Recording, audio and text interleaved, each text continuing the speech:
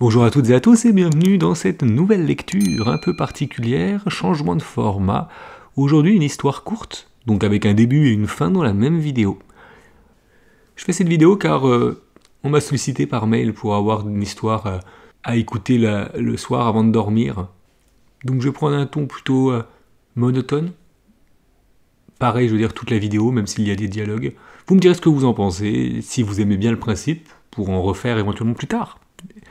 L'histoire de ce jour, comme vous avez dû le voir dans le titre, s'appelle Le passager clandestin. C'est une histoire de Marine Gins Clark. Sans plus tarder, c'est parti. Carole frissonna dans son manteau d'uniforme bleu fumé et s'efforça d'ignorer le malaise qui l'envahissait.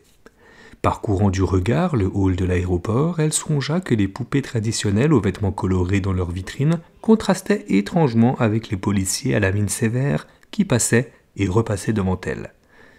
Rassemblés en un petit groupe, les passagers fixaient sur les agents un regard haineux.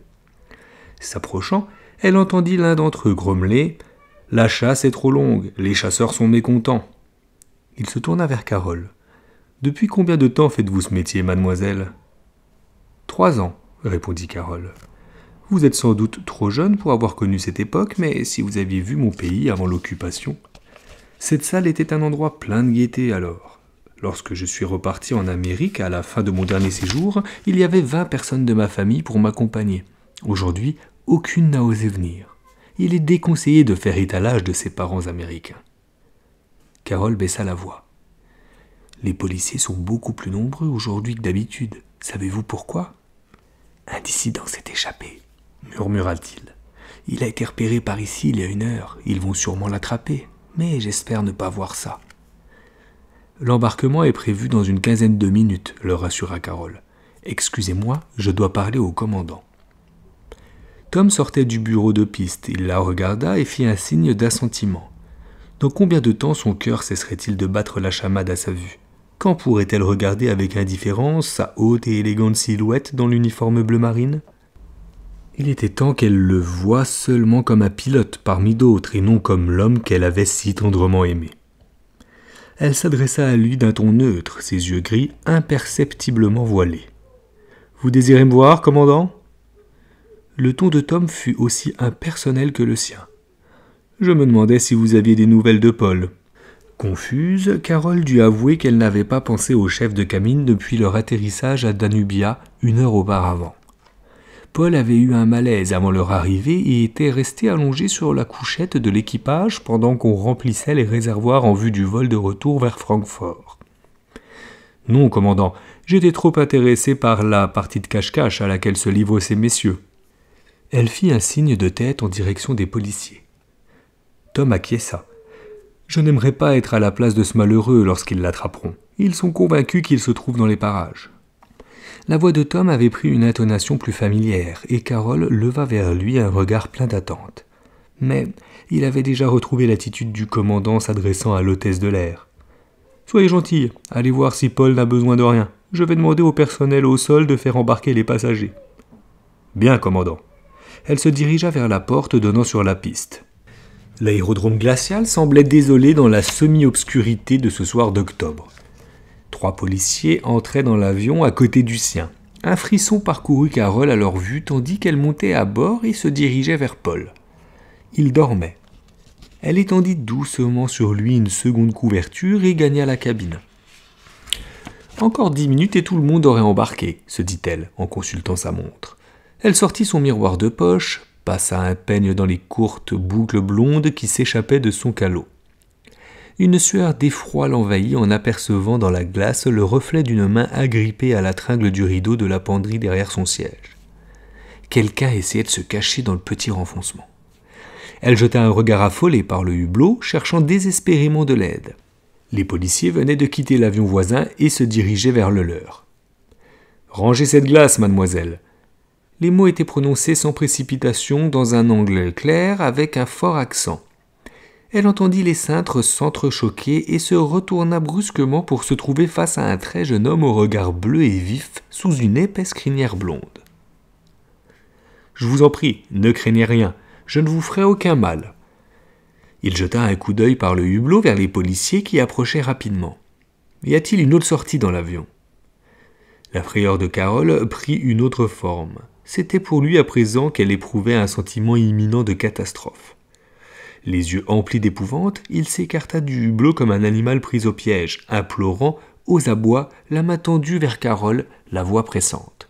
« S'ils me trouvent, ils me tueront.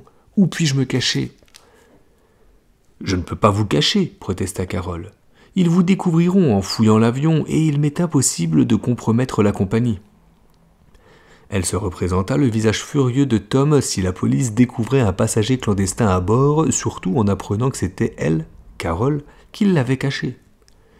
Des pas gravissaient la passerelle, les lourdes chaussures martelant les marches métalliques. Des coups répétés résonnèrent contre la porte de l'appareil. Paralysée, Carole regarda fixement les yeux du fugitif, le sombre désespoir qui les habitait.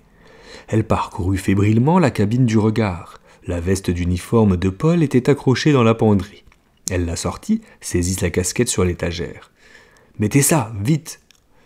L'espoir illumina le visage du jeune homme. Ses doigts s'affairèrent furieusement sur les boutons et il enfouit ses cheveux sous la casquette. Les coups redoublèrent à la porte. Carole avait les mains moites, les doigts gourds.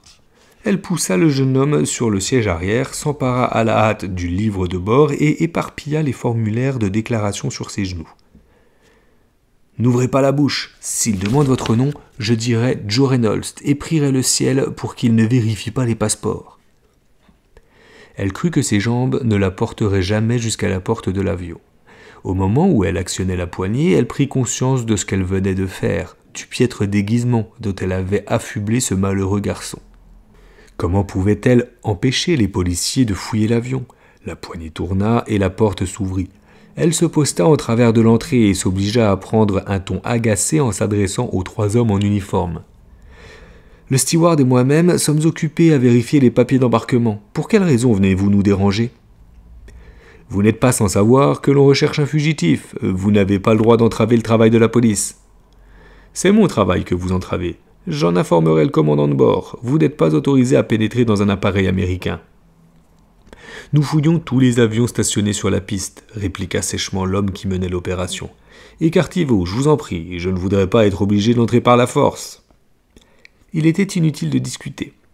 Carole alla rapidement s'asseoir sur le siège à côté de Joe et se tourna vers lui, le masquant à demi. Il penchait la tête sur les documents. Dans la pénombre, son uniforme faisait illusion et l'absence de cravate passait inaperçue tant qu'il restait courbé. Carole prit quelques déclarations sur ses genoux et dit « Bon, Joe, finissons-en avec ça. Kralik, Walter, 6 bouteilles de cognac, valeur $30. Une montre, valeur... »« Qui se trouve à bord, à part vous ?» demanda l'officier de police. « Le chef de cabine, il dort dans la cabine de l'équipage, » répondit nerveusement Carole. « Il est malade. » Le regard inquisiteur effleura Joe sans manifester d'intérêt. « Personne d'autre, c'est le seul avion américain. Logiquement, c'est ici que le traître aurait dû venir se réfugier. » Le second policier avait fouillé les toilettes, les compartiments et regardé sous tous les sièges. Le troisième revint du poste de pilotage. « Il n'y a qu'un seul type endormi, trop âgé pour être notre fugitif. » « On l'a aperçu dans les parages, il y a une quinzaine de minutes, » l'interrompit son chef d'un ton cassant. « Il doit être quelque part. » Carole jeta un coup d'œil à sa montre. 8h moins 1. Les passagers allaient bientôt franchir la piste. Il fallait qu'elle se débarrasse des policiers, qu'elle cache le garçon, le tout en 1 minute. Elle se leva, prenant le soin de toujours masquer Joe. Regardant par le hublot du côté opposé, elle vit s'ouvrir la porte de la salle d'embarquement. Elle dit au chef des policiers « Vous avez fouillé l'avion, mes passagers vont bientôt embarquer. Voulez-vous quitter les lieux, je vous prie. »« Vous semblez curieusement pressée de nous voir partir, mademoiselle. »« Je n'ai pas fini de vérifier les papiers, et je pourrais difficilement le faire tout en m'occupant des voyageurs. » Des pas gravissaient précipitamment la passerelle. Un homme entra. « Chef, dit-il, le commissaire veut un rapport immédiat sur les recherches. » Carole vit avec soulagement les 3 hommes s'élancer à l'extérieur. Accompagnés par un membre du personnel au sol, les passagers atteignaient le pied de la passerelle au moment où les policiers en descendaient. L'équipage, pour sa part, embarquait par l'avant. Joe appela Carole. Le garçon avait quitté son siège et se tenait tapi dans l'allée. Carole l'entraîna vers la queue de l'avion et lui désigna les toilettes pour hommes. « Entrez là, ôtez l'uniforme et n'ouvrez la porte à personne en dehors de moi. » Elle alla se placer à l'entrée, plaqua un sourire sur son visage à l'adresse des arrivants. Le représentant de la compagnie lui tendit le manifeste et attendit pendant qu'elle accueillait les voyageurs et désignait sa place à chacun. Il y avait 6 noms sur la liste. 5 d'entre eux étaient tapés à la machine et le dernier, Vladimir Karlov, avait été inscrit à la main. À côté étaient ajoutées 3 lettres, VIP. « Qui est ce personnage de marque ?» demanda Carole à voix basse au représentant de la compagnie. « Un gros bonnet, le commissaire principal de la police de Danubia. C'est le pire de leurs bouchers, prenez-le avec des gants. Il s'est arrêté pour s'entretenir avec les types qui recherchent le fugitif. » Le chef de la police, sur son vol. Carole crut s'évanouir, mais comme il atteignait le haut de la passerelle, elle lui tendit la main en souriant. C'était un homme de haute taille, d'une 50aine d'années, avec un nez étroit et des lèvres minces. « J'ai la place 42. » Elle ne pouvait pas le laisser s'asseoir à l'arrière de l'avion. Il verrait à coup sûr Joe lorsqu'elle le ferait sortir des toilettes. « Le vol jusqu'à Francfort est magnifique, dit-elle aimablement. Vous devriez plutôt vous installer à l'avant de l'appareil. » Je préfère rester à l'arrière, dit-il. On y est moins secoué. Les turbulences sont extrêmement rares sur cette ligne. Vous ne sentirez aucune secousse à l'avant et la vue y est beaucoup plus belle. Il haussa les épaules et la suivit dans l'allée centrale. Elle jeta un coup d'œil sur le manifeste, hésitant à le placer à côté d'un autre passager. Si elle optait pour cette solution, elle avait une chance qu'il se mette à bavarder avec son voisin et elle l'attention détournée au moment où elle ferait sortir Joe des toilettes.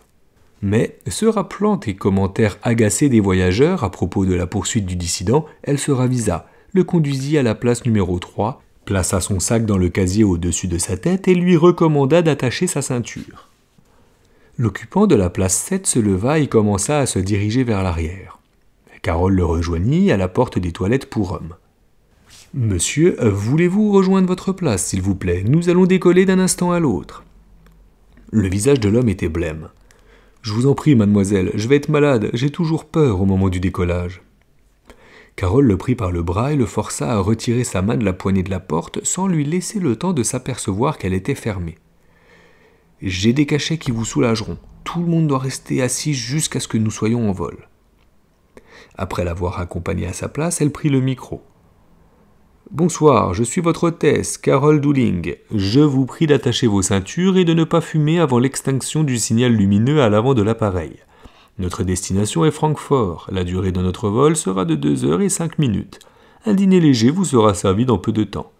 N'hésitez pas à me faire part de vos désirs. Je vous souhaite à tous un agréable voyage. » Lorsqu'elle pénétra dans le poste de pilotage, l'avion s'était arrêté de rouler sur la piste et les moteurs grondaient. Elle se pencha vers Tom. « Tout est prêt en cabine, commandant. » Tom se retourna si vivement qu'il lui effleura la tête. Elle éprouva une soudaine sensation de chaleur et porta inconsciemment la main à ses cheveux. « Ok, Carole. » Dans le rugissement des moteurs, elle entendit à peine ce qu'il disait. Il y a 1 an, il aurait levé les yeux vers elle et ses lèvres auraient formé un « Je t'aime, Carole », mais c'était fini maintenant. Un instant, elle regretta violemment qu'il n'ait jamais véritablement mis fin à leur querelle. Souvent la nuit, lors de ses insomnies, elle s'était avouée que Tom lui avait tendu la perche. Il avait fait les premiers pas, mais elle ne lui avait pas donné une chance. Si bien que ses vains efforts de réconciliation n'avaient abouti qu'à des disputes encore pires, et ensuite il avait été muté à Londres pendant 6 mois et ils ne s'étaient plus revus. Et aujourd'hui, ils se retrouvaient sur le même vol, 2 collègues polis, attentifs à ne pas montrer que les choses avaient été différentes entre eux par le passé. Elle se prépara à retourner dans la cabine, mais Tom la pria d'attendre. Il fit un signe de tête à l'intention du copilote et le bruit des moteurs s'atténua. Un profond sentiment de solitude s'empara de Carole lorsqu'il se détourna d'elle. Il y avait eu certains moments pendant l'allée où Tom s'était montré amical, chaleureux, des moments où elle avait cru qu'il pourrait presque parler de tout et de rien. Toutefois, cette histoire allait tout gâcher, songea-t-elle. Même si je parviens à amener Joe à Francfort, Tom ne me le pardonnera jamais. « Carole, vous avez parlé au commissaire ?»« Seulement lorsque je l'ai conduit à sa place. Il n'est pas particulièrement bavard. »« Occupez-vous particulièrement de lui, c'est un type important. Ils envisagent de fermer Danubia aux lignes américaines. S'il est satisfait du service, il donnera peut-être un coup de pouce. Je demanderai à Dick de vous aider à servir le repas une fois que nous serons en vol. » Non, je veux dire, il s'agit d'un souper froid, il n'y a que 6 passagers, je peux me débrouiller seul. » De retour dans la cabine, elle offrit un sourire rassurant à l'homme qui avait peur des décollages et passa devant lui. L'avion s'engageait maintenant sur la piste d'envol et le crescendo des moteurs devint assourdissant. Tous les passagers, y compris le chef de la police, avaient le nez collé au hublot. Carol se dirigea à l'arrière, frappa à la porte des toilettes et appela doucement Joe. Il sortit sans faire de bruit. Dans la pénombre, sa silhouette efflanquée ressemblait davantage à une ombre qu'à un être humain. Elle lui chuchota à l'oreille « Le dernier siège sur la droite. Vite, glissez-vous par terre. Je jetterai une couverture sur vous. » Il s'avança avec précaution et disparut dans l'espace entre les sièges. « Il se déplace comme un chat, » pensa Carol. Il était malaisé de garder l'équilibre pendant que l'avion prenait de l'altitude et, se retenant d'une main à la cloison des toilettes, Carol atteignit le siège du côté couloir près de Joe, sortit une couverture du casier et la jeta sur lui en la dépliant. Un œil indifférent ne remarquerait rien, mais un regard attentif pourrait s'étonner de la présence de cette masse informe. Elle riva ses yeux sur l'inscription lumineuse au-dessus de la porte du poste de pilotage. « Attachez vos ceintures, défense de fumée. » La durée du signal lui donnait un sursis, un moment de répit. Mais lorsqu'il s'effacerait, il lui faudrait rallumer la lumière centrale et les passagers pourraient quitter leur siège. La cachette de Joe serait alors découverte. Pour la première fois, elle réfléchit sérieusement au risque qu'elle avait pris en cachant Joe. Elle pensa à la réaction de Tom, se rappelant sa fureur de l'an dernier, lorsqu'elle avait provoqué des ennuis sur son vol. « Mais Tom, avait-elle protesté, j'ai seulement permis à cette pauvre gosse de sortir son chien de son panier. Elle voyageait seule, elle allait être adoptée par des étrangers. C'était la nuit et la cabine était plongée dans l'obscurité. Personne ne se serait aperçu de rien si cette bonne femme n'avait pas reçu un malheureux petit coup de dent en se penchant sur l'enfant. » Et Tom avait répliqué « Carol, peut-être un jour apprendras-tu à te plier au règlement. Cette bonne femme, comme tu dis, était une actionnaire de la compagnie et elle a fait un boucan de tous les diables. Sachant que cela ne me coûterait pas mon job, je me suis déclaré responsable du fait que ce kleps se promenait en liberté à bord. Mais après 7 ans de parcours sans faute, j'apprécie peu d'avoir reçu un blâme. » Elle se rappela désagréablement qu'elle s'était mise en rage contre lui, se déclarant ravie de savoir que l'excellence de ses états de service était un peu écornée, que maintenant peut-être il pourrait se détendre et agir avec humanité. Peut-être même cesserait-il de considérer le manuel de la compagnie comme la Bible. Elle se souvenait cruellement de chacun des mots qu'ils avaient échangés, elle avait si souvent revécu cette dispute. Elle essaya de se représenter la réaction de Charlie White, le directeur de la Northern à Francfort.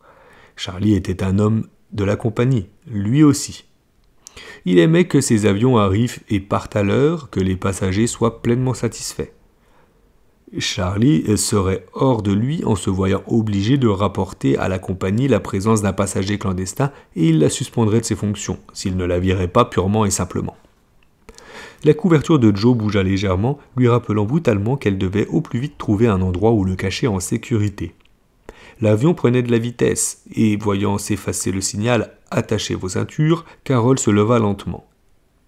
À contre-cœur, elle tendit la main vers l'interrupteur placé sur la cloison et alluma les plafonniers. Elle commença à distribuer les magazines et les journaux. L'homme, qui redoutait le décollage, semblait plus calme à présent.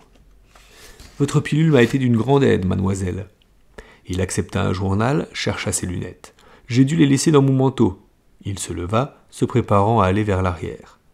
Carol dit précipitamment « Ne vous dérangez pas, je vais vous les chercher. » « Ce n'est pas la peine. » Il passait devant l'endroit où se cachait Joe. Carol, sur ses talons, retenant sa respiration. La couverture faisait un effet visiblement désordonné dans la cabine bien rangée. Le passager trouva ses lunettes, repartit en sens inverse et s'arrêta. Carol réfléchit à toute vitesse. Cet homme était le type du maniaque par excellence. Il avait tenu à accrocher son manteau dans la penderie, elle l'avait vu lisser les coins de son journal.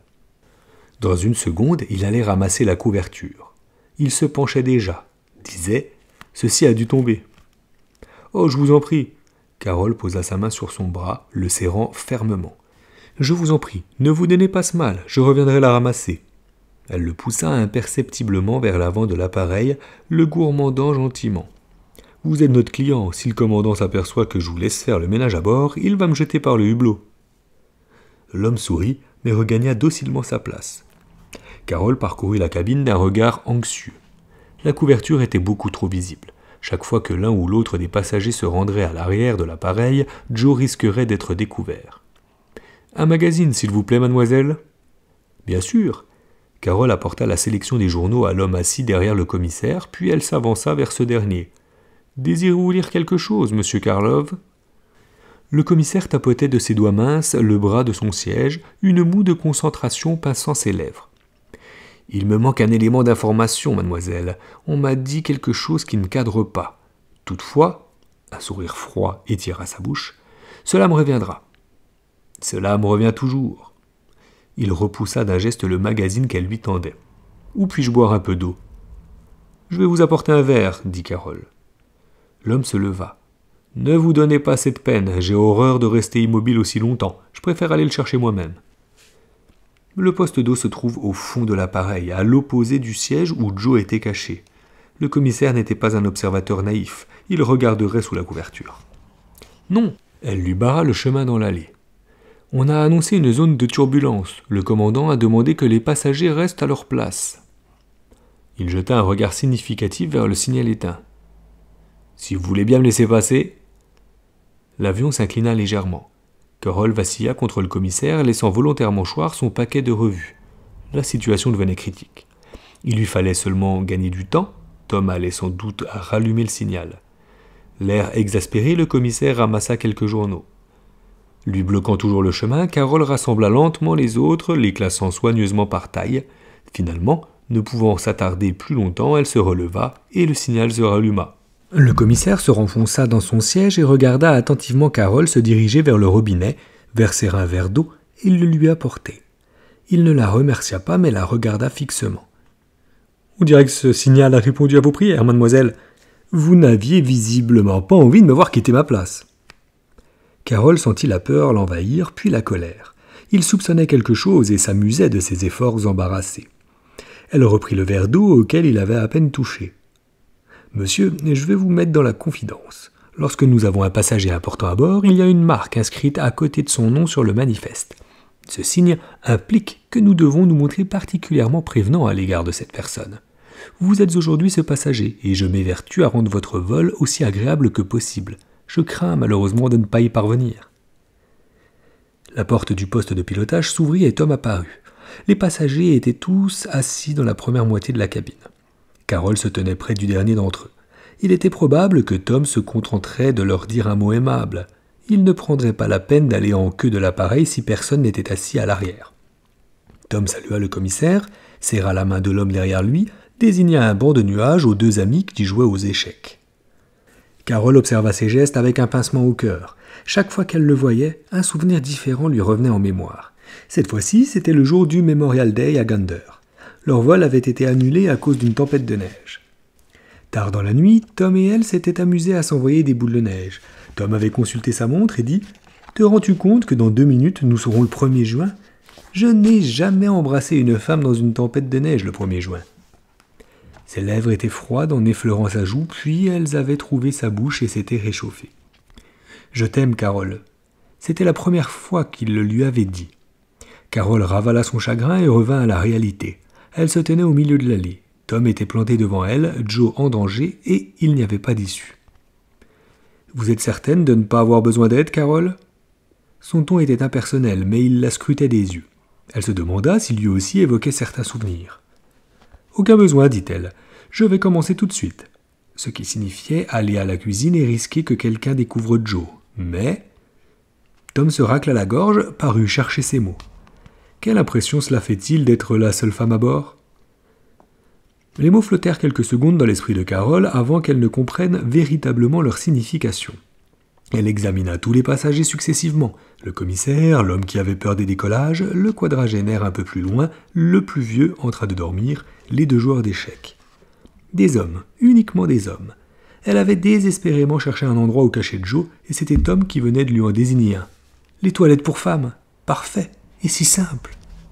Sentant le regard de Tom posé sur elle, elle lui répondit d'un ton désinvolte. « Je suis ravi d'être la seule femme ici, commandant. Cela élimine toute compétition. » Tom se dirigea vers l'avant puis s'arrêta, hésitant. « Carole, venez prendre un café avec moi lorsque nous serons à Francfort. J'ai certaines choses à vous dire. » Enfin, Lui aussi avait envie de la revoir. Si elle lui avouait maintenant « J'ai découvert un passager clandestin à bord », tout serait tellement plus facile. Tom en retirerait le mérite et les autorités de Danubia feraient peut-être preuve de gratitude.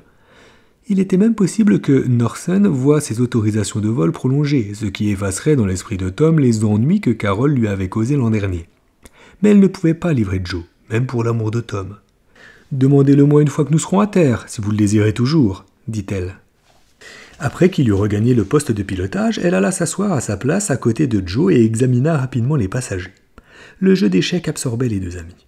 Le vieil homme somnolait. L'autre contemplait les nuages. Le maniaque de la propreté était penché sur son journal.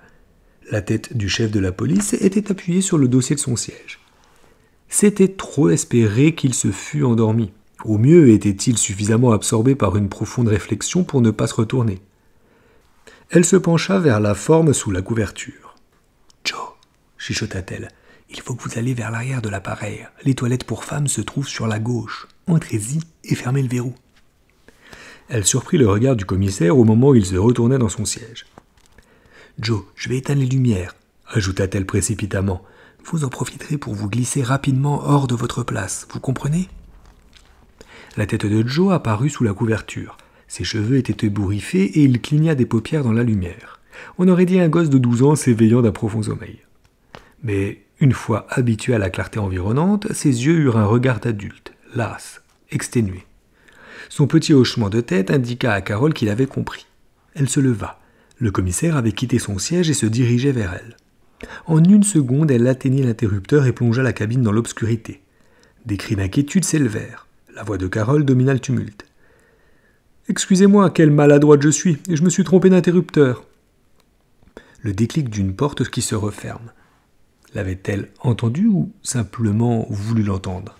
« Rallumez immédiatement, mademoiselle !» La voix était glaciale, la main enserrait brutalement son bras. Carol leva l'interrupteur et regarda franchement le visage du commissaire, ses traits déformés par la rage. « Pourquoi ?» La colère vibrait dans son ton. « Pourquoi quoi, monsieur ? Je voulais simplement brancher le micro pour annoncer le dîner. Mais regardez, l'interrupteur du micro se trouve juste à côté de celui qui commande la lumière. » Il examina le panneau, l'air soudain perplexe. Carol prit le micro. « J'espère que vous avez tous faim. Je servirai le dîner dans une dizaine de minutes et en attendant, je vais passer parmi vous avec les cocktails. Manhattan, Martini ou Daiquiri. Dites-moi ce qui vous ferait plaisir. » Elle se tourna vers le chef de la police et dit d'un ton respectueux. « Un cocktail, monsieur ? Accepteriez-vous d'en prendre un avec moi, mademoiselle ? Je ne bois jamais pendant mon service. Moi non plus. » Qu'entendait-il par là ? Se demanda Carol en passant le plateau de cocktail. Il joue probablement au chat et à la souris, se dit-elle. Elle sortit les plats préparés du réfrigérateur, garnit les plateaux, disposant avec un soin particulier celui du commissaire, pliant méticuleusement la serviette, servant le café à la dernière minute afin qu'il restât chaud. « N'êtes-vous pas deux en général pour faire le service ?» demanda-t-il tandis qu'elle plaçait le plateau devant lui. « Si, mais le chef de cabine est malade, il est couché. » Elle servit les autres passagers, offrit une seconde fois du café, apporta leur plateau aux membres de l'équipage. Tom confia les commandes au copilote et s'assit à la table de navigation. « Il me tarde que nous soyons arrivés à Francfort, » dit-il d'un ton inquiet. « Avec ce vent arrière, nous devrions atterrir dans une demi-heure. Je me suis senti tendu pendant toute la durée du vol. Quelque chose me tracasse, sans que je sache quoi. » Il sourit.